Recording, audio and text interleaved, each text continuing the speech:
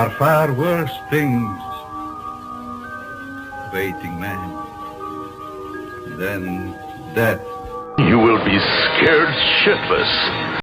Good evening. This is S. Michael, and with me, as always, is Erin Dawn. Slinky Giallo. And we are the Scared Shitless podcast, coming up on episode 11 of season 2. And we're keeping it modern again this week with 2019, the cosmic horror extravaganza, which features a lot of my favorite color, which is deep magenta. It was pretty cool to see so much of it in a movie and on the screen. Color Out of Space, starring Mr. Nicolas Cage himself. So I'm excited because I've been wanting to dig into some cosmic horror for a while. And rather than just go with the obvious ones, I thought we might do something more modern. And Slinky had watched this one recently. So when was your first viewing of this, Slink? Oh boy. Okay. I saw it in 2019. I saw it not long after it came out. This was a pandemic movie. I saw it during the pandemic, and I think it flopped in the box office. So I think that's why, because it was a pandemic movie. But I saw this years ago, really enjoyed it, then got into Lovecraft and then enjoyed it more. So recent for me. And I didn't even know what cosmic horror was before I met this guy over here. Sorry. And so I didn't really know anything about it. Except for like a few like brief sort of dalliances with Lovecraft back when I was like 13 or 14 years old, with just reading little leaflets basically, because they're very small. These are real quick, man. The stories are not books, so I didn't know anything about it, and Slink had been trying to get me to watch it for a really long time in our relationship. And it's funny because I don't like Nicolas Cage, but I tell anybody who will listen to me watch this movie. So she's like, "What is wrong with you?" Yeah, it was very strange. But then I finally watched it, and I've probably seen it 3 times. Yeah, it's because of me. Because like you'll go to bed and like I'll put it on, and then she'll come out and be like, "Oh yeah, Color Out of Space is on again." So my first watch was last week, and I had been aware of the film for quite a while. Yeah. I write for Morbidly Beautiful, and the editor, Stephanie Malone, she's great. She has a thing, for whatever reason, for Nicolas Cage, and she does a weekly, what she calls the Cage Match, and she'll talk about 2 different Nicolas Cage movies. And this was one of them that came up. So it's been in my mind to watch for a while. But yeah, he did a string of these kind of genre or genre adjacent films, that most of which didn't do very well. But here recently, of course, Longlegs exploded in popularity. His performance in that was very eclectic as per usual, but different, so he was praised for that. So it was exciting I did watch that as well. I've got mixed feelings about that one, but I really enjoyed this one. And I've watched it twice. I really dig it. Yeah, it's a lot of fun. So, all right. Well, see, how do you want to do this? Because I keep forgetting about the microphone. I'm so used to my primitive thing. Well, so this is your baby. We can do it however you like. Honestly, we can do it chronologically. We can jump around. I'm gonna talk about Lovecraft a little bit and your introduction to. Because I got a lot to say about that. Yeah. Like I was looking at you all day, thinking like she. What I love about this show and our little family is that we get certain episodes to shine. And, I got to shine on Brood and Don't Look Now, and Slink gets to shine on this, and he got to shine on the Giallo episode too. So, no, baby. I mean, I'm totally cool with you. Just take the mic and fucking rock you it. guys barely got in the word edgewise on Phantom of the Paradise, so I'm all good. Yeah, no. And then whatever you want to pick for next week, man, because you mentioned something about Stephen King, so it's like, dude, let's roll with it, man. Let's roll with it. This movie, let's see. I don't want to do that thing where it's back and forth, like, oh, well, in the book, blah blah blah. I want to mention all my book stuff at the end, I guess. Okay. Like that's when I'll like compare it to. Well, so then for this movie, what was your first impression and your general impression? Now, here's the thing. I had read like Call of Cthulhu and I had read Mountains of Madness from Lovecraft prior to this. I read those like in high school.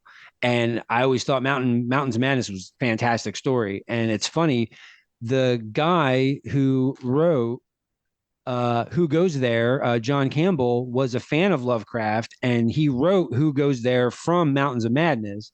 And then in turn, John Carpenter saw the movie Thing from Another World, which that was based. So it all came full circle. It's really cool. Yeah. But anyway, read this a long time ago. I read this story a long time ago. So going into it, I had like a vague remembrance of the story. And I really think he nailed it, man. Like Richard Stanley, I know a little bit about him from, what is it, Hardwire?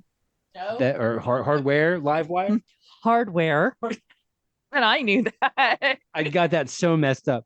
Well, I'm familiar with him because of the Island of Dr. Moreau, because I was a big fan of it. And he had not directed a movie since then, and got kicked off. I said that to her tonight. I said, he hasn't directed a movie since he snuck onto the set in a mask. So like, and I want to recommend that movie on Tubi. What's it called? Lost Soul, the doomed journey of Richard Stanley's Island of Dr. Moreau. It's on Tubi. You should check it out because it's wild. But he's into witchcraft and stuff. And anyway, he's a big fan of Lovecraft. So when I saw this movie, I really liked it. I really thought it was really well done. The music, I think the music is my favorite thing from the movie. Like the visuals are everything's like top tier, man. But the music, there's something about the music. Like I found the soundtrack and put it on, and like I'll read with it playing. Like I'm really a big fan of Colin. I have his name written down. And so just getting into it, I couldn't recommend this movie enough. Like it's not perfect. It doesn't follow the story perfectly, but it's really authentic Lovecraft done really well. And it's good. You can tell the people who made it really loved it. I don't even know where to start. It starts there's a narration that starts with the movie, and it's like this really pretty scenery. It's just like gnarly, spooky woods. And we're introduced to a character named Ward, who is a hydrologist from the university. And he's there to survey land. And which university might that be? Miskatonic University from Arkham, Massachusetts. Yes, sir. This is this completely fictional thing that Lovecraft built. He created this universe in Massachusetts, right outside Providence and Boston, named Arkham. Oh, there's the rain. And so there's characters in his little world and all these different stories that are peppered throughout this mythos, this universe, and it's really cool. So Ward's there to do a survey. He disturbs Lavinia, who is there doing an enchantment spell to bless her mom, who just had a mastectomy. And because Ward disturbs her, he inverts the spell. We find this out later. Yeah, good. Did not know that until the second time I watched it.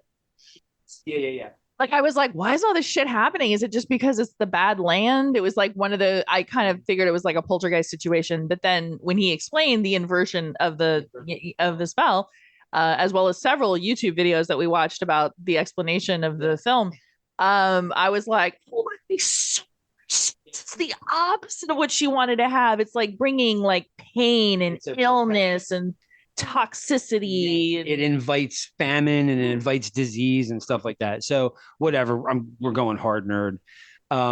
So they introduce they meet each other. We see Lavinia take off. Lavinia Gardner. She rides back to the farm.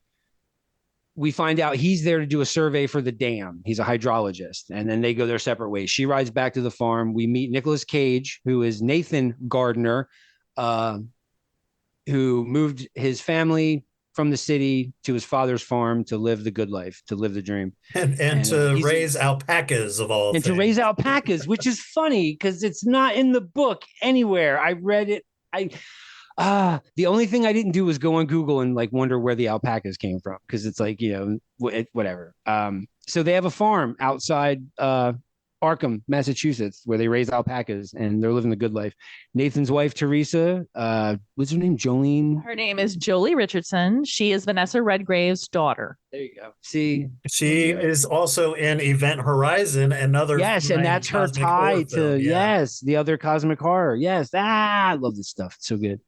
And so she like does stock trading, I think, in the attic or whatever. And so we meet the family proper. They eat dinner and they have they joke about eating the alpacas, but they're not eating the alpacas, you know. They're enjoying cassoulet.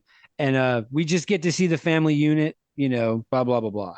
Then am I jumping ahead too fast? Or are we doing details? No, this is good stuff. Nope, you got it just right. Okay, because like there's we're leading up to the first big event. Yes, because like there's clunky bits, and so whatever, you know. And so then we get to the night of the color, so to speak. Color comes out of cosmic space to this nascent planet. And the thing I love about cosmic horror is there's no ill will to it. It's indifferent to us. It just does its thing. It doesn't matter what we do. It's not good. There's nothing we can do to stop it. It's just being. And that's one thing I always admired about Lovecraft. So the color comes out of space. Hey. And it's beautiful, man. The rock is gorgeous. Yeah, like, I should mention cool again, my favorite color ever is deep magenta. Yeah, that's what this color is. And I did a little bit of research about magenta. And what's unusual about it is that it doesn't really occur naturally. Not on our spectrum. No. It's like a trick of the eye mixing blue and purple or something, like blue and red. Your eye has to do some alchemy for you to see it, which is cool because it's a Lovecraft story. Like, that's kind of cool, man. It's all, they really put a lot of thought into this. And so we see the meteor land. We see Nathan and his old lady trying to get at it because they haven't. Well, she had a mastectomy, you know, which she had a mastectomy. So obviously that hasn't been on the plate for a while. And so they're trying to rekindle their stuff. And so the color has other plans, lands, and then stuff starts going wrong. Like the alpacas start acting weird. We see their youngest son, who we're introduced to. Sorry about that. He starts having like conversations with the well and laughing at it. And it's like, it's kind of almost as if it's talking to him. We see time manipulation.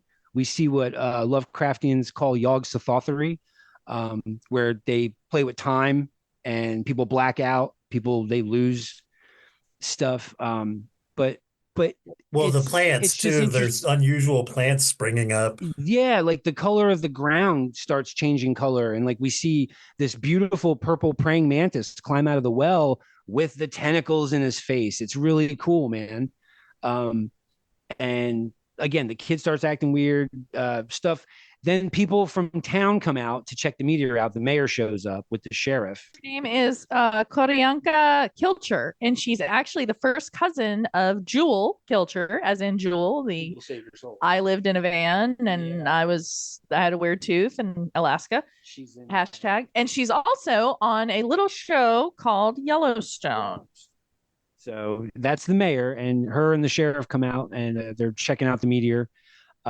Then she says a comment to Nathan. Apparently she wanted to buy the farm at one point and he refused to sell it, but that,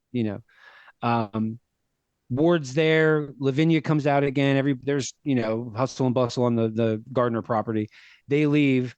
And then that night, the mother literally cuts her thumb off in like a trance, in the kitchen. And so they have to go to the hospital, which they live west of Arkham, so they live out in the fucking sticks. They're like hill people. Yeah, and that scene is fantastic, man. They build tension, and the kids walk in, and it was. Mm-hmm. And so if there's any scenes you guys want to like talk about, jump in, man. Oh, at what point? And this is just my question, but at what point do we meet Tommy Chong and his cat? No, is that before the? There's one thing that the movie does in the story. The neighbor who lives next to the Gardner property is the person who tells the story. His name's Ami Pierce. Well, in the movie, I think they took that character and made him Tommy Chong, and it's like a drifter guy who lives on the property. And couldn't be a better pick and casting. Oh, I no think. way. I mean, Yeah. I mean, Tommy he's Chong, man. Yeah, far yeah. out, man. If somebody's gonna tell me about cosmic entities, let it be Tommy Chong, dude. Like, so they meet Ezra, who lives in a shanty on the property, and he's really in tune with what's going on. Has a cat named G Spot, has a pussy named G Spot. That'll never not be funny. And but he knows what's cracking right off jump, because this one son and the hydrologist go there, and he knows what Ward is. He knows what he's doing there. He knows, and right off jump, Ward sees the water. Something is in the water. It's contaminated. Yeah, he goes to drink the coffee and he sees like Yeah, floaties. want some Java? Yeah, and he's like, "Hey, don't! I got bottled water in the truck, man." Ward is a hydrologist. He is very careful about what he puts into his body, and he's very careful to observe these different changes in water and things that he's seen since he got on the property. He's very aware of the surroundings, like what subtle changes make big differences in your environment. And so the first inkling we get something's wrong after the meteor crashes is we see Ward at his campsite, and he's reading a copy of a book called The Willows, which was written by Algernon Blackwood, which is apparently, that book's one of the best horror books ever written. I'll be the judge of that. I'm just kidding. So that's a reference to that. I wanted to mention Nicolas Cage calls his wife the Golden Lady, which is a reference to The King in Yellow, written by old man in my fucking notes, written by Robert Chambers. So it's this movie's chock full of like tips of the hats, nods, this really cool stuff. And again, I can see why so many Lovecraft fans love the shit out of it. But so Ward's reading his book, he turns, his car starts, and his walkie-talkie gets jarbled. And now that's when we start seeing the color just do its thing, man. It's kind of floating around. It's, because she has cut her finger off, they go to the hospital, and when they go to the hospital, the kids stay behind. And the kids are in charge, but things are starting to just, because they're drinking the water, and and that's what happens sometimes when you drink well water. It's not good, It has space organisms in it, or parasites or things like that. So, Lavinia starts to change, where she starts vomiting all over the place, and she's sick, and the little boy is hearing voices, and everybody's just kind of turning. In fact, at one point, the teenage son is starting to have a reaction as well, and she's just like, well, it's just because you're stoned. Right. Yeah, because he keeps smoking weed behind the barn. And there's another thing, when Nathan Gardner takes his wife to the hospital, he says to Benny, the teenager, have the alpacas in the barn by 10. Well, I guess he puts the alpacas in the barn, but because of the time manipulation with the color, he blacked out by the barn, said it was light when he went out there. Now it was dark. And then, like you said, Lavinia, she's getting sick, but she had like a time spell by the dishes.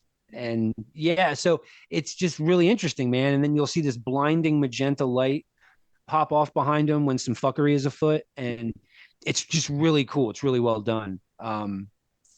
Yeah, she yells at him, right, for not putting the alpacas away. And he's like, I swear, I put them up. He doesn't put the alpacas away. And I know when then they come back. Yeah, they come back from the hospital.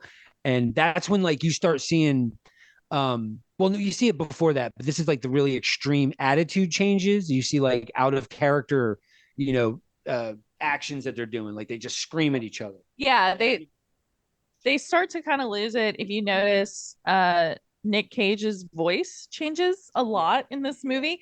He starts playing a character he played like 20 years ago. Yeah. Richard Stanley apparently was such a huge fan of Vampire's Kiss, and so he was like, I want you to go full Vampire's Kiss in this, my friend. And he was like, I got you. And so there are many moments in this film where Nick Cage goes full Nick Cage. Like he absolutely changes the you get the whole meter, not the bees thing in the car, when he's freaking out. His voice changes. There's some accents there. There's the pitch. Everything is bonkers. And his main focus is to keep his wife safe. right? To keep her away from illness, to keep her safe. And he's kind of chastising the kids when he comes home because he's like, I told you to take the alpaca, put the alpacas away. Yeah. And what is this? When the mice away, the cattle play. What is this bullshit? So the color out of space doesn't just affect them physically, but it also affects them psychologically, mentally, emotionally. It really wreaks havoc on their family unit, their dynamic, as well as their loyalty to one another. They just kind of turn. They kind of turn on each other. It becomes very much like almost like a virus type movie. Yeah, which is very Lovecraftian, right? I mean, paranoia. he exploits how these events that happen to fragile creatures such as ourselves often result in a form of madness. And they each have their own version of that. Because we can't comprehend our true place in the universe and stuff like that. The insignificance of man.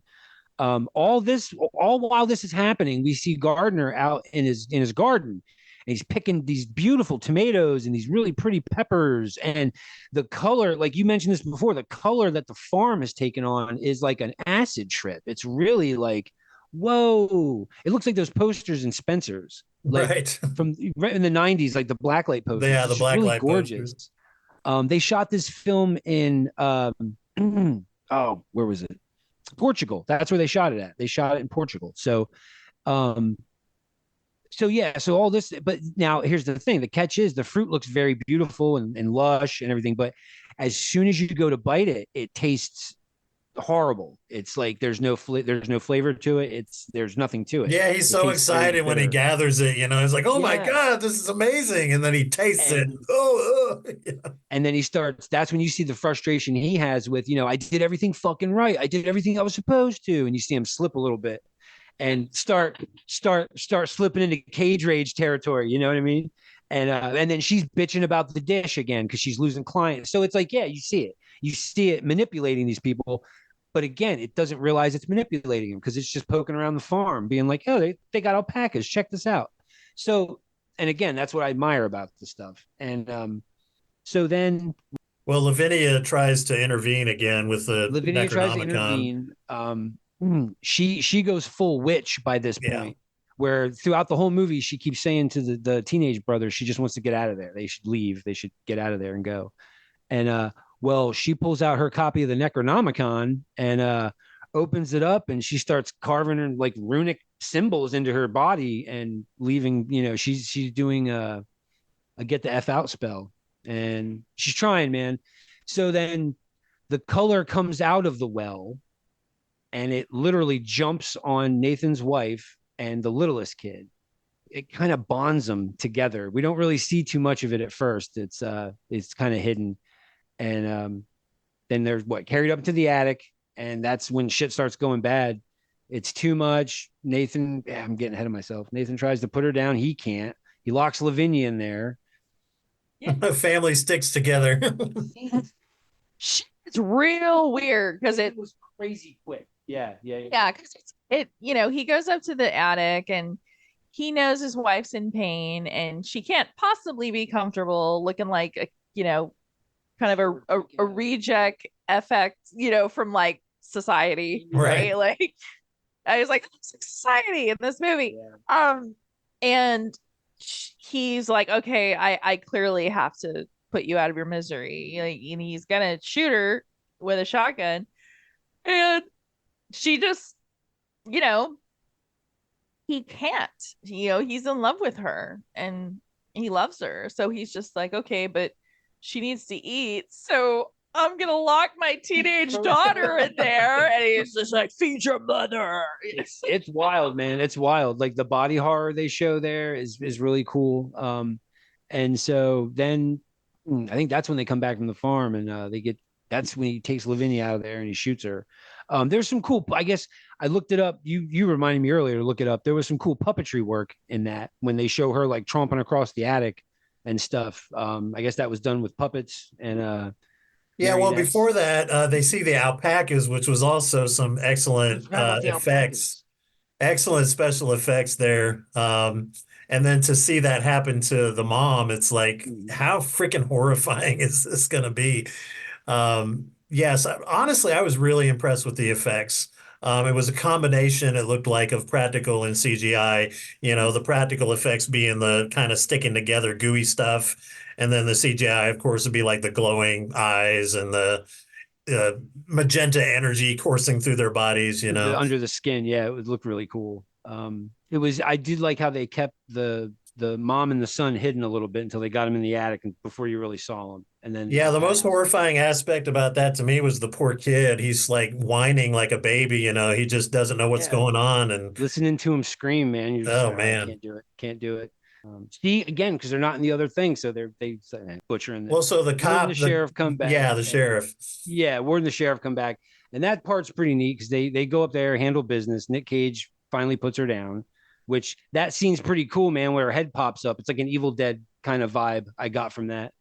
So again, well done, and puts her down. They try to get out of the house. Then there's like the sheriff thinks he's going to shoot Ward, and he shoots Nicolas Cage, and so he goes down. Then Ward tries to get out of the house. The tree grabs the sheriff and like assimilates him, which was pretty cool. Breaks his neck, and I'm murdering. Yeah, there's some excellent body horror in this, man. And then the gore effects are just top notch. And then I don't really know how I see because I kind of don't pay attention to the ending of this. And then Lavinia gets absorbed into the color. Like I'm just massacring this thing. Well, Benny, right? Benny hears the dog calling from inside the Sam well. in the well. Yeah. And he goes to investigate it, and the color absorbs him. I can't believe I like the effects that they did toward the end there, where they show like the time manipulation. They show stuff getting bent. They show people's bodies getting blown out of proportion. So you want to take it? Well, we should talk about the ending, right? With Tommy Chong's character having of course he's dead, right? Totally consumed. Yeah, totally consumed. And then he records a message to let the audience know pretty much, you know, what's happening, what's happened, and just how insignificant we are in the grand scheme of things, and just real nice Lovecraftian cosmic horror. Yeah, no, it's done really well. And he just says, you know, things aren't the way they are where it's from. It's like, you know, it's not like us. And it's good. Yeah. And then it launches back into space because it doesn't give a fuck. We were just a small, maybe pit stop on its way to whatever the hell the elder gods are up to out there, you know. Yeah, that's another thing. We don't even know if that was like its mission. It could have just been floating from like planet to planet, just checking stuff out. You know what I mean? And maybe her backwards spell was like a draw cord or whatever. You know? So it's really cool. And then we get a glimpse of a Cyclopean city when it shows, you know, like I guess where it came from. We see tentacles and all this stuff. It's pretty cool. But yeah, it's again, it's just done really well for Lovecraft. Absolutely.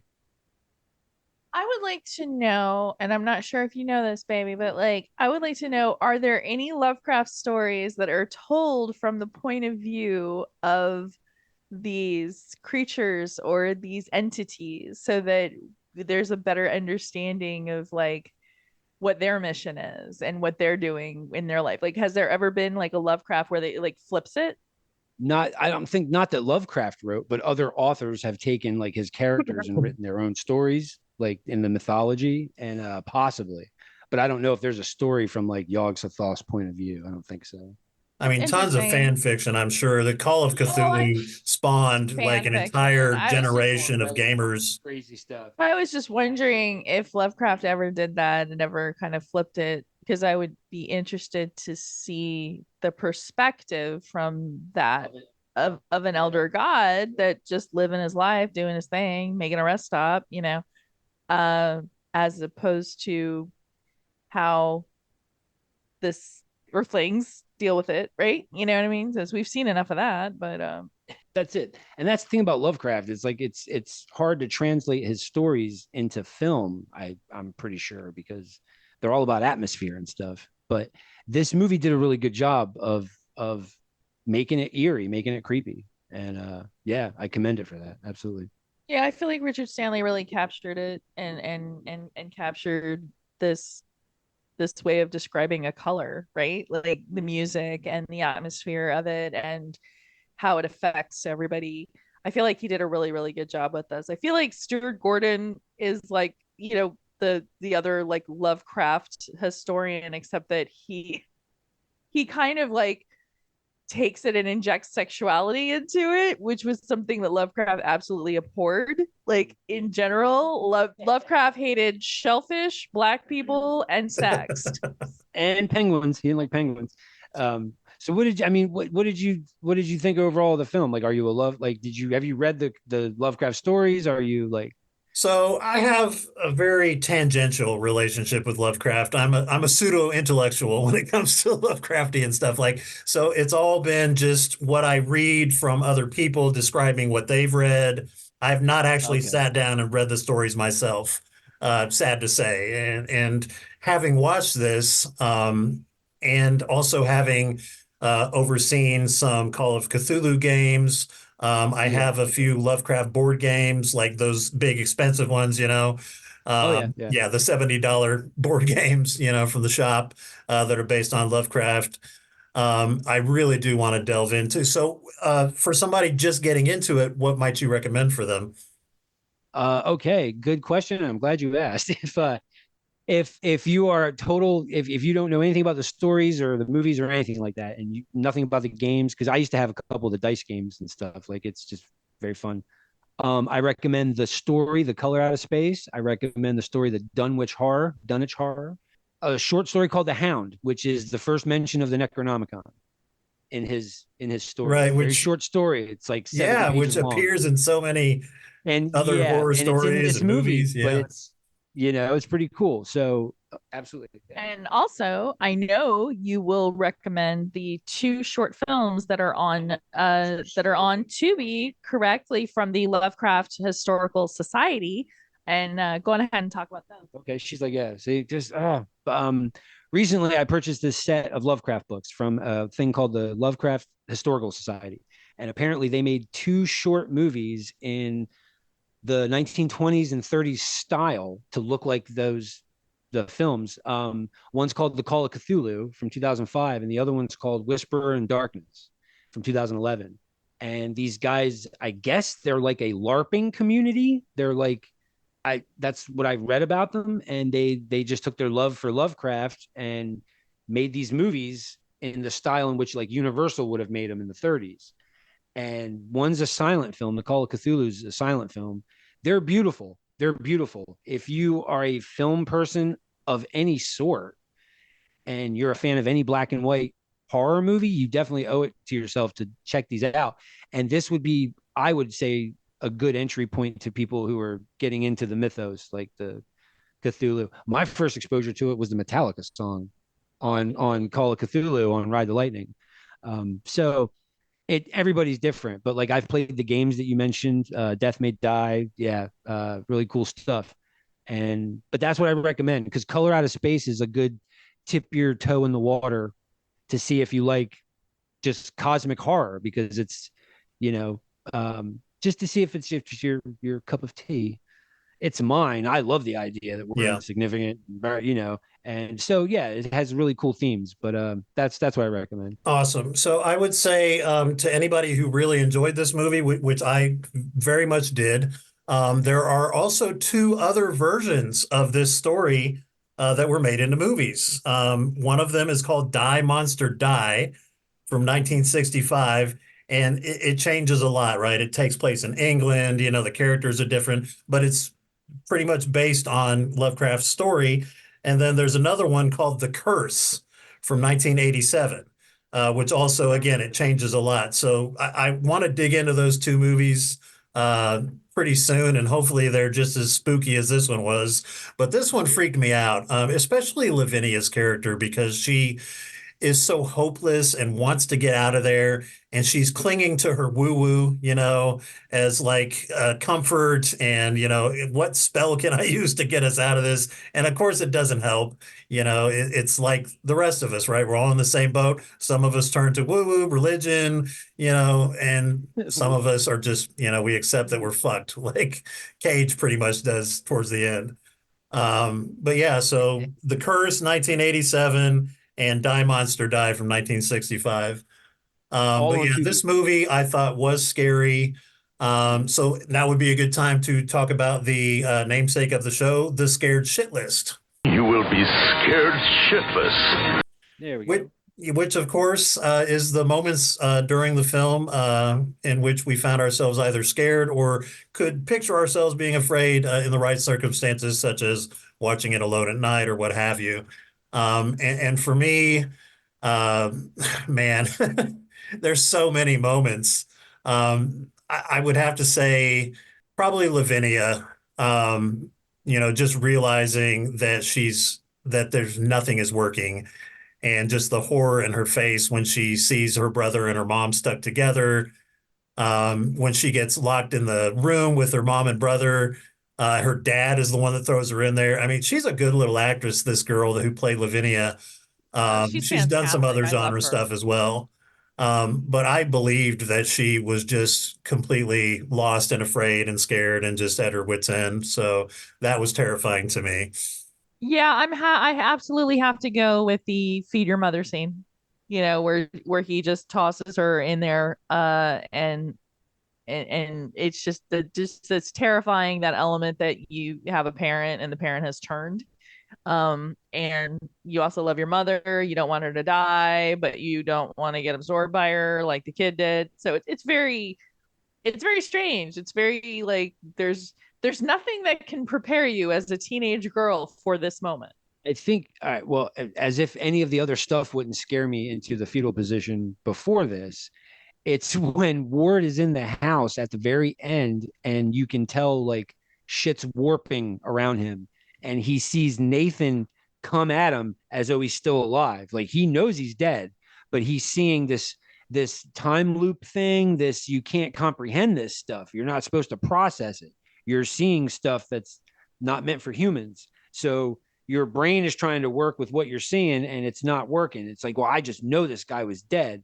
And then you see the background, you see like tears in it starting to happen. And that to me is scary because it's like, I don't even know what's happening. There's so much crazy shit. There's this engine noise. There's this beautiful magenta color. The house looks like it's trying to eat me. The air is ripping in front of me. My face it's wild. It's just, you don't know what's happening. Everything is changing and morphing around you. That's scary to me. That's scary. And the fact that the alien it's not trying to hurt you necessarily. It's just kind of floating around. That's terrifying. Yeah, that's pure terror, man. That's what good cosmic horror does best. It exploits the fact that everything you think you know is wrong and you don't know what your place is in the universe. And whatever place that might be, it's not going to end well for you. So no, just that the woo. Yeah. So, but no, it's a great flick. Well, so let's talk about your care package that came in from Miskatonic University. Yes, he is going to get it. Oh, nice. Okay. All right. There's my diploma. Yeah, his Miskatonic University diploma is on the wall. There are actual friends of his that thought that he had gone back to college and gotten an actual Bachelor of Arts. Had to explain that it was his Miskatonic University, and that's not real. I just joked in the text. Said, hey, I said, look, my master's degree or my bachelor's from Miskatonic University showed up. And they were like, that's really fucking cool, man. Great job. Congratulations. And I'm like, did you read it? Yeah, it was like there's maybe like a handful of like nerds that he knows that were like, LOL, good job, buddy. Like whatever. But it's one, because it's Lovecraft. And two, well, I wanted all the Lovecraft. And this thing's usually $100 and it was on sale for $60. That's why I got it. Nice. But it comes in this sexy box. Wow. There's an elder god on the front. Yeah. Isn't that cool? It's embossed. Grandson of Yog-Sothoth himself. And so it's nice. It's got magnets in it. It's really sweet. It's So just got gorgeous packaging. And then what was inside? 2 volumes of all the horror stuff he wrote. It's not his poems or like ghostwriting stuff, but it's all his horror published work. That's what I wanted.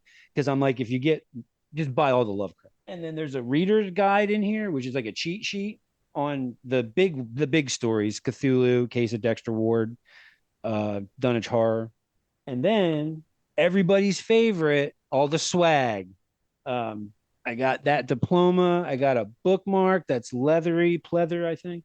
This is what I think is very cool. This is probably the coolest thing in the whole set. It's a library card to the Orne Library, and it gives me access to the restricted section, which has the only known copy, the Greek translation of the Necronomicon, under lock and key.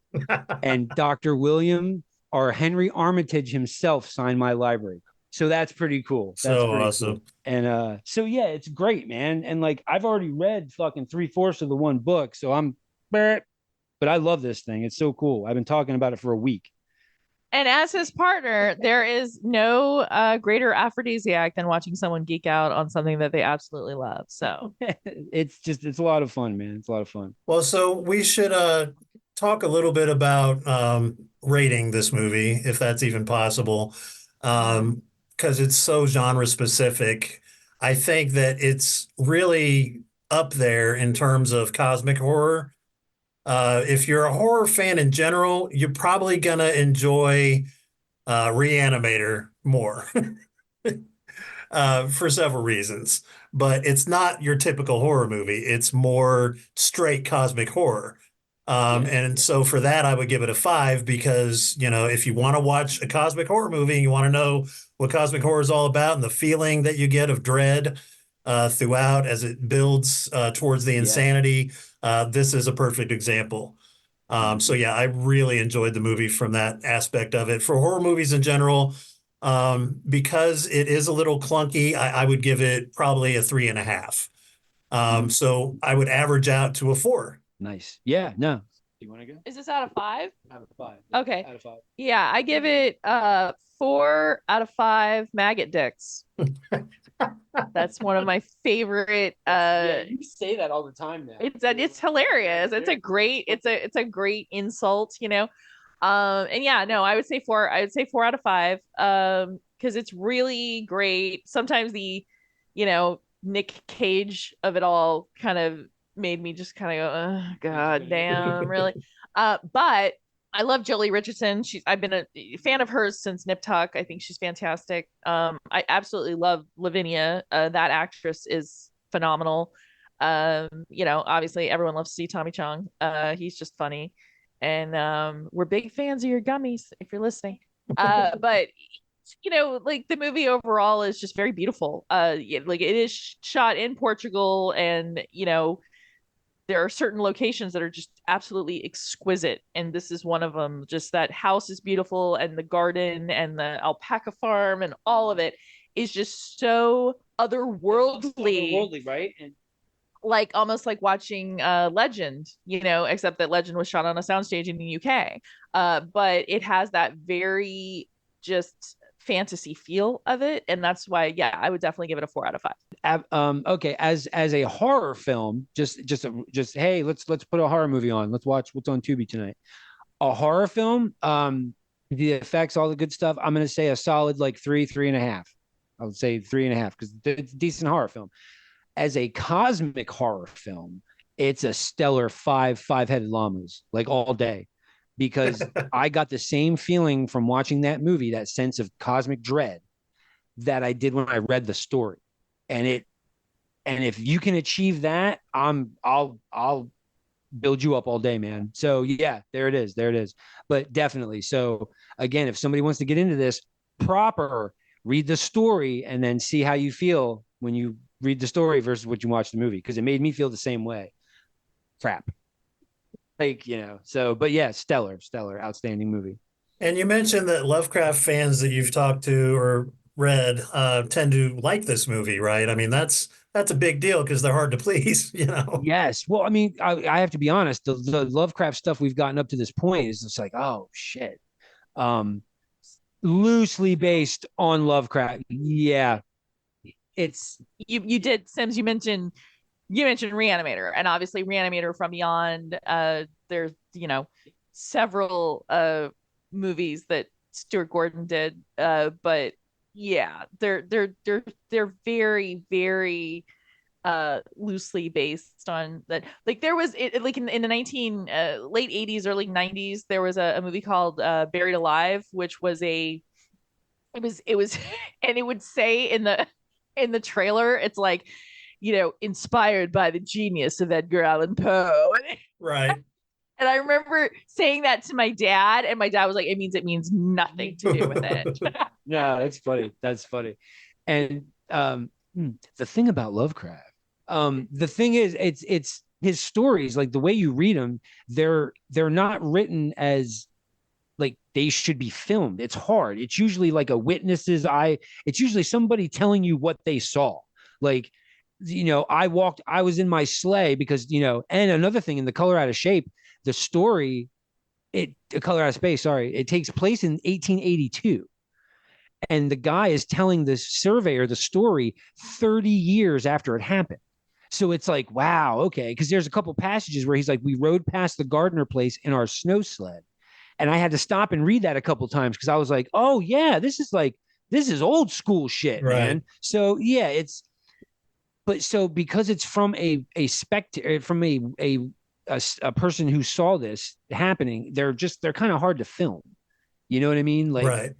So yeah, that's why World War Z, I loved the book, but the movie just destroyed it because it's all narrative, It's because reading that oration is so fucking good. You're like, wow, the samurai who was throwing him off a cliff. Like, yes. It's wild, man. It's wild.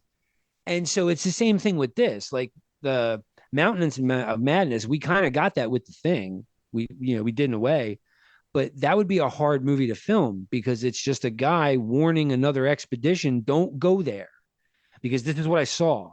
But it's like, fuck, man. So, and then Hollywood always tries to put a love interest in it. Barbara Crampton, so it suffers greatly, definitely. So it's just hard to transition, man. It's good stuff. I tell you all the time, I'll be sitting here on the couch and I'm like, fuck, that's good. And she'll be like, what? And I'm like, oh my God, The Hound is so good. Like, yeah. Well, and then another reason that Lovecraft fans enjoyed this was because all the references, right? To, he's got the Miskatonic University T-shirt on. It takes place, they talk about Arkham. And so there's all these little fun Easter. The Necronomicon makes a cameo. Yeah. So I want to talk about what we're going to do next week. And this is a nice little segue into that because that's something that Stephen King does as well. He probably stole it directly from H.P. Lovecraft, creating places like Castle Rock and Derry, Maine, and places where, Easter eggs are going to show up in other stories that he writes. And you're going to remember, oh, that was in, that one story, and H.P. Lovecraft did it first, so credit where it's due. But yeah, like, I do want to do. It's like, well, yep, right. I do want to do a Stephen King movie next week, but it has to be scary, and that's the problem. Is that so many King movies are just not scary. Like there's no, I'm not actually frightened. There's a lot of heartfelt ones, man. Like there's Maximum Overdrive, man. It's got AC/DC soundtrack. Maximum Overdrive scares the piss out of me. It has scared me since I was 5 years old and I saw it. I've been terrified of bridges and what happens on bridges since I saw that movie. We are now living in an age of ChatGPT and AI and self-checkout. So yeah, I mean, I feel as timely as you could possibly get. However, it would be up to the two of you as far as whether or not you can find anything scary in there. I mean, I'm a girl. Yeah, no. Yeah, I'm down for whatever Stephen King movie. It's whatever one you like. Yeah, it's all good. Why don't we do something different? Because we always pick a movie, right? Although I when I was going solo briefly, I did horror video games one time. But why don't we just do Stephen King movies? And we'll just talk about Stephen King movie adaptations in general. All right, so like just a loose fucking yeah. Oh, we can even go chronological. We can start with Carrie and work our way up from there. That's awesome. I like that because there's a lot of Stephen King shit I like, man. That's cool. Yeah, Okay. I'm down. All right Yeah, yeah, then. yeah. Yeah, so I would say in prep, we probably should look at like some, top 20, top 100 lists or whatever. Watch Mojo does a ton of them. But I'm sure there's better, classier ones out there that actually do breakdowns of which King adaptations are the best. But then we can do our own little, ranking or whatever. Yeah, I don't want to be one of those podcasts that, is constantly doing lists and rankings. They just don't appeal to me. I know they're Yeah, fun, but yeah. yeah, it's not our main You could bag, just but come up with we a can do few. it. We can do it too. Yeah, for real. I can do it. Yeah, absolutely. That's cool. Yeah. All right, yeah, and I'll get on the Facebook page and ask people to do their own rankings of King adaptations, and yeah, it'll be fun. So, Yeah. all For right, well, real. any final thoughts on Color Out of Space or Lovecraft? I dig it. I dig it a lot. I hate to be like, I like the pretty colors. I feel like Lovecraft is an immersive experience. And I feel like this is a movie that actually captures the feeling that I know Slink gets when he reads. So to me, it's like it's like experiencing it through your eyes because it is very visceral. This is a very visceral movie. Like it's very, like I said, it gets pretty society up in there. Like it gets very slimy and very body horror. But the colors, the music, the scenery, all of that really tie everything together. It's just beautiful. So yeah, I recommend it. I do, even for someone who's maybe hadn't dipped their foot in cosmic horror just yet. I think it's a really good, starter pack. Agree No, absolutely. 100%. No, it's great. Yeah, But beautiful film, very scary, lots of fun. There's even some comedy in there with Cage and his over the top performances. So oh yeah, when he loses his stuffing in the car and he starts talking back at her, yeah, it's just it's really. definitely recommend for any Nicolas Cage fan. So Yep. And yeah, and check out Tubi. All the stuff we talked about was all on Tubi, man. awesome. The Richard Stanley stuff, the Call of Cthulhu. It's really top tier stuff. So definitely, you know, All right. hit it Well, on all that cylinders. wraps up episode 11 of season 2, The Color Out of Yay. Space, starring Nicolas Cage. And till next time, stay shitless.